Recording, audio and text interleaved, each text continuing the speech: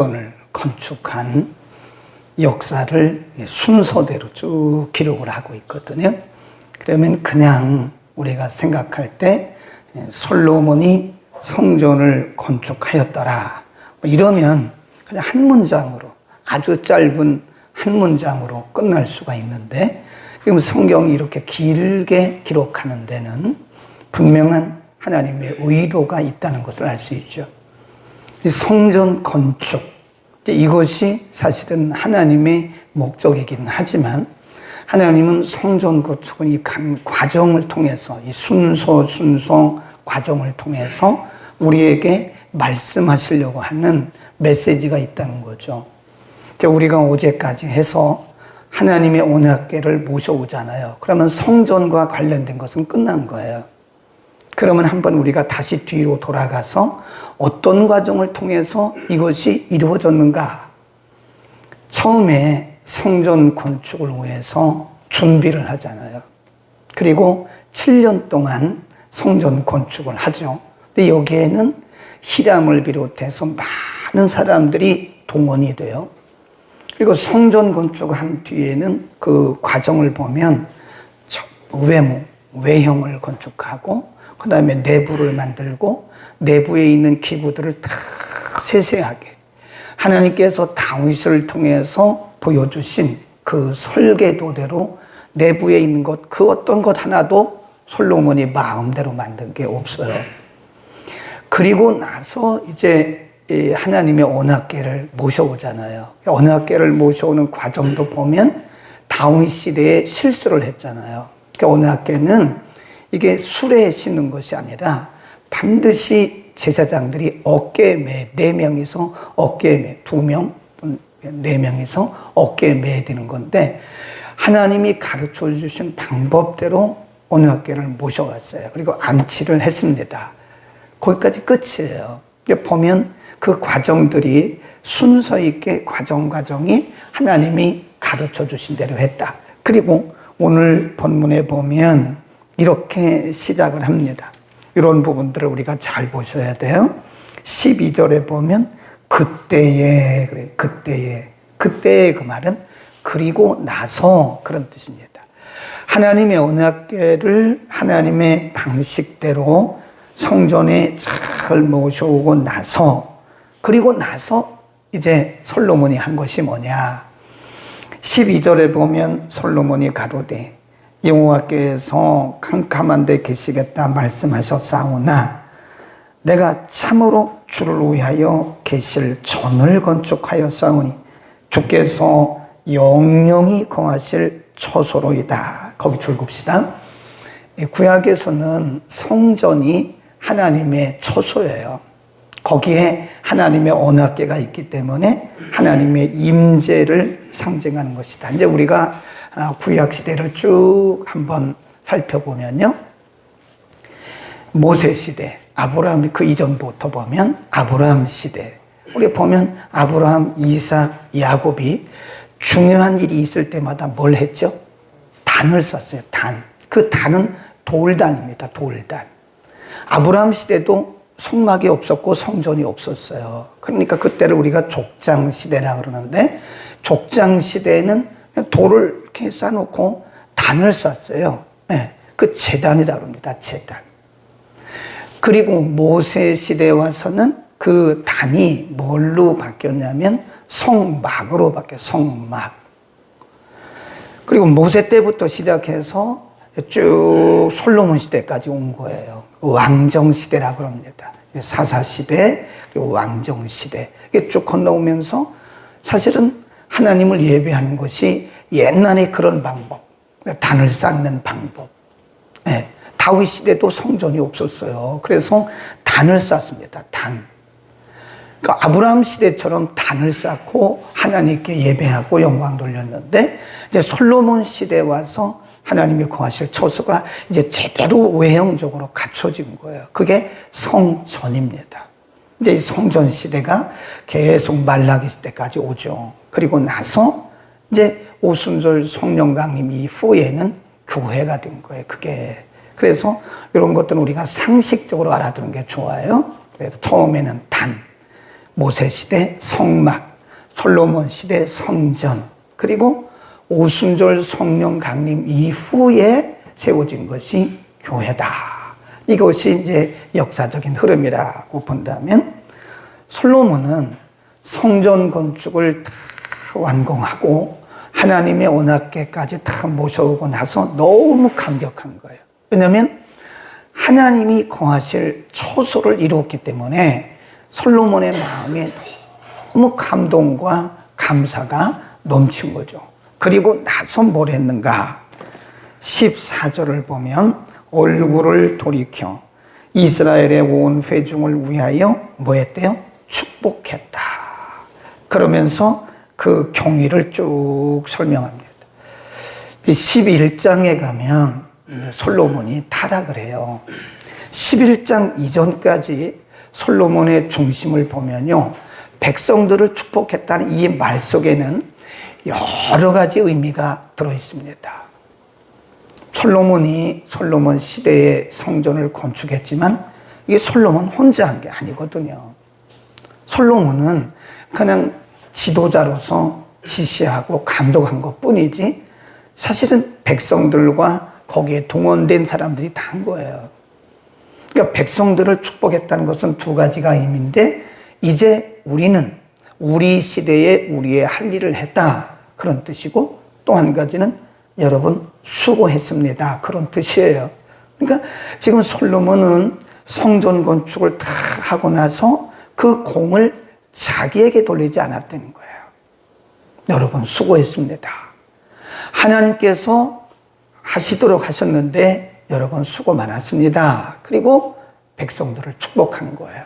그리고 나서 솔로몬이 한 이야기를 보세요. 14절입니다. 얼굴을 돌이켜 이스라엘의 온 회중을 위하여 축복하니 이때 이스라엘의 온 회중이 섰더라. 15절 시작. 왕이 가로되 이스라엘 하나님 여호와를 선축할지로다. 여호와께서 그 입으로 나의 부친 다윗에게 말씀하신 것을 이제 그 손으로 이루셨도다. 하나님이 이루셨다는 거예요.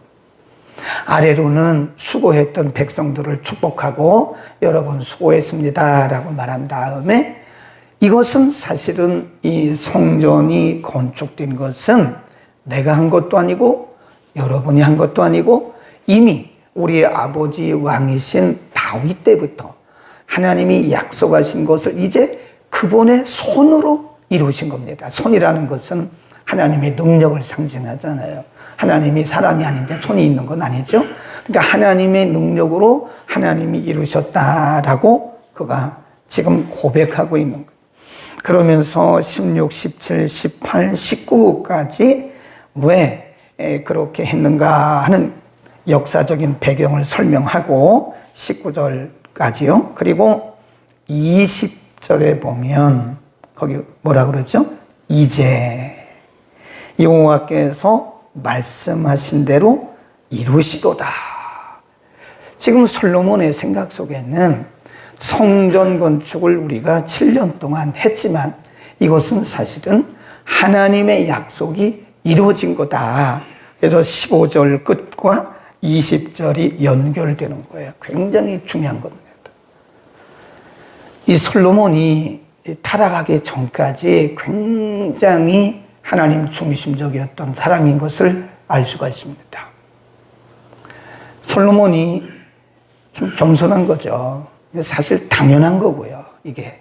그러니까 이것이 여러분과 백성들에게 한 얘기가 여러분과 제가 열심히 수고해서 하나님의 성전을 건축했습니다. 그러나 이것은 우리가 한 게 아닙니다.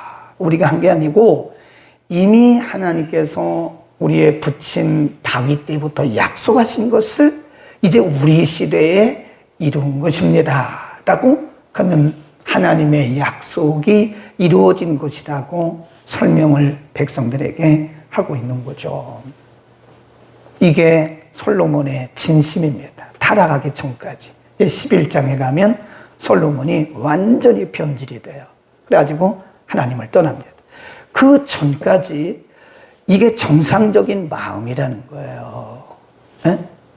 여러분, 우리는요 다 하나님의 도구입니다. 하나님의 도구. 하나님이 우리를 통해서 그분의 계획을 이루신 것 뿐이에요. 그러니까 우리가 어떤 일을 했어도 그건 내가 한 게 아니에요.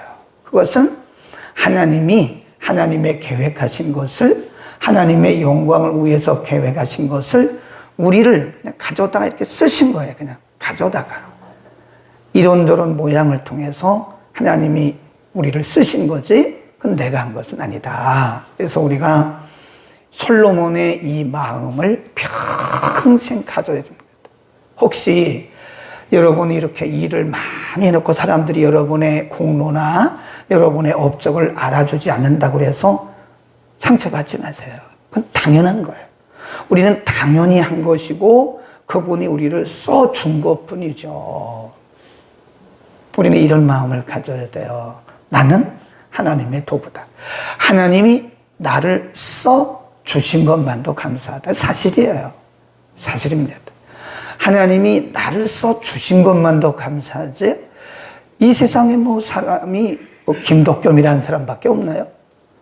저보다 똑똑하고 저보다 가문 좋고 저보다 뭐 잘난 사람이 더 많습니다. 저는 저 아래에 있는 사람이에요, 사실은. 근데 하나님이 핀센트로 딱 찝듯이 찝어가지고 어쨌든 크든 작든 간에 그분의 필요를 위해서, 그분의 영광을 위해서 써주시니까 써주신 것만도 감사한 거죠. 이게 진정한 고백이라고 믿습니다. 네.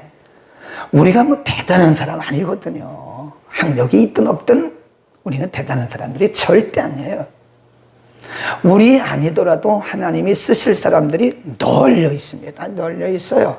그런데 하나님이 크든 작든 우리를 써주시는 거예요. 목사로 써주시고, 전도사로 써주시고, 권사로 써주시고, 장로로 써주시고, 집사로 써주시고, 하나님이 이런저런 일을 통해서 하나님이 우리를 써주시는 거예요. 여러분, 이것을 발견하는 순간 우리는 행복해지기 시작합니다. 그러나 이것을 발견하기 전까지는 우리는 계속 불평, 불만, 부담. 그래서 저는 가끔 이해가 안 가요. 왜 성도들이, 물론 목사가 아니니까 그러겠죠. 목사가 아니니까 뭐 사람들마다 믿음의 역량이 다르니까 그렇긴 하지만 부담 간다는 얘기를 왜 할까 하는 생각이 저에게 수수께끼예요. 누가 좀 대답을 좀 해주세요. 왜 부담이 된다고 말을 하지? 하나님의 일을 하면서 왜 부담이 된다고 말을 하지? 부담이 됩니까? 여러분, 새벽 예배 나오는 게 부담이 돼요? 어떻게 보면 하나님을 예배하는 일에, 하나님께 기도하는 일에 우리의 입술을, 우리의 손과 발을 하나님이 써주신 것만도 이건 정말 평생 감사해도 감사를 못할 일입니다. 근데 부담이 됩니다 라고 하는 그 말을 들으면 물론 육신적으로 피곤하고 그러니까 부담이 되지만, 그러나 우리가 영적으로 한 단계 뛰어넘어서 보고 좀 넓게 생각해 본다면 나 같은 것이 뭔데, 나 같은 것이 뭔데 하나님의 자녀 삼아주시고 하나님의 자녀의 칭호를 주시고, 감히 그 창조주 하나님을 아버지라고 부르잖아요. 아버지만 부릅니까? 아바 아버지라고 부르잖아요. 그 앞에 있는 아바란 말은요, 로마서의 아바 아버지라는데 이게 아빠예요. 아빠. 그 요즘 번역에는 아빠라고 번역을 했어요. 아빠 아버지.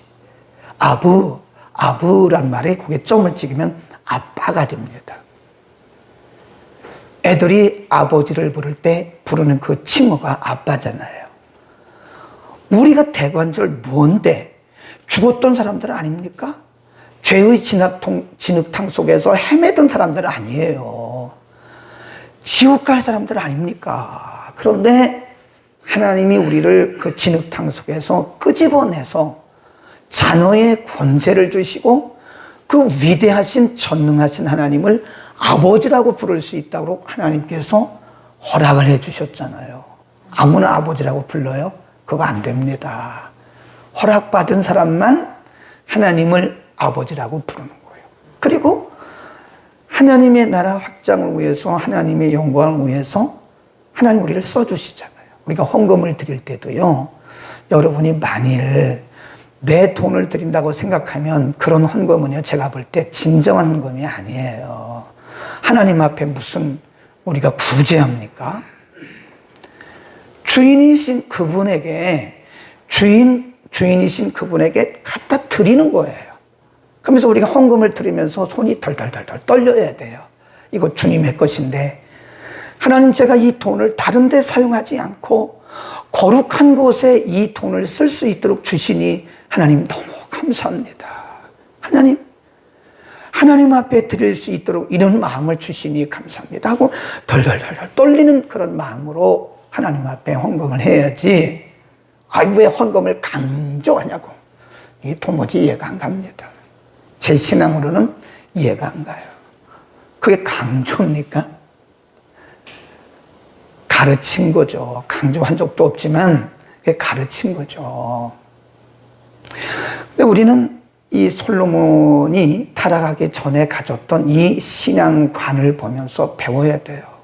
그 어마어마한 성전을 건축해서 드리고 나서 한 얘기 아닙니까? 하나님이 하시겠다고 하셨던 그 계획대로, 약속대로 이루셨고, 백성들에게 말하기를 여러분과 저는 하나님의 도구일 뿐이었습니다. 아멘. 우리 이제부터라도 겸손한 마음으로 섬깁시다. 이보다 감사한 게 어디 있어요? 여러분, 우리에게는 거룩한 부담은 갖되 인간적인 부담 이거 버립시다. 하나님이 우리를 써주시는 것만도 감지덕지예요. 우리가 아니더라도 얼마든지 설교할 사람이 있고, 내가 아니더라도 섬길 사람 얼마든지 있습니다. 아멘. 기도하겠습니다. 거룩하신 우리 아버지, 오늘 솔로몬이 성전 건축을 다 완성해 놓고 하나님 앞에 드렸던 고백과 찬양과, 그리고 백성들을 축복하고 난 이후에 많은 백성들 앞에서 했던 솔로몬의 연설을 통해서 솔로몬은 오직 하나님이 다윗 때 약속하신 것을 그분의 손으로 이루셨다고 겸손하게 하나님께 영광을 돌린 것을 보면서 오늘 우리의 신앙이 이렇게 되기를 원합니다. 우리가 철부지였을 때 우리는 아무것도 모르고 내가 한 것처럼, 내 능력인 것처럼 그렇게 살았던 것들을 회개하고, 하나님이 이제부터라도 우리는 하나님의 도구인 것을 믿고 하나님이 우리를 써주시는 것만도 감사해서 우리가 하나님 앞에 영광 돌리고 언제나 눈물 감사로 하나님을 섬기도록 귀한 마음 우리에게 허락하여 주옵소서. 하나님의 거룩한 사역에 우리를 동참시켜 주신 것만도 감사한데, 우리가 아직도 알지 못해서 육신의 부담을 가지고 불평하고 불만했던 우리들을 하나님 용서하시고 솔로몬 같은 거룩한 마음을 주옵소서. 크든 작든 하나님께서 우리에게 맡겨주신 일에 우리가 최선을 다하되 눈물로 감사하며 이 사역을 감당하게 하옵소서. 예수 그리스도의 이름으로 기도드립니다. 아멘.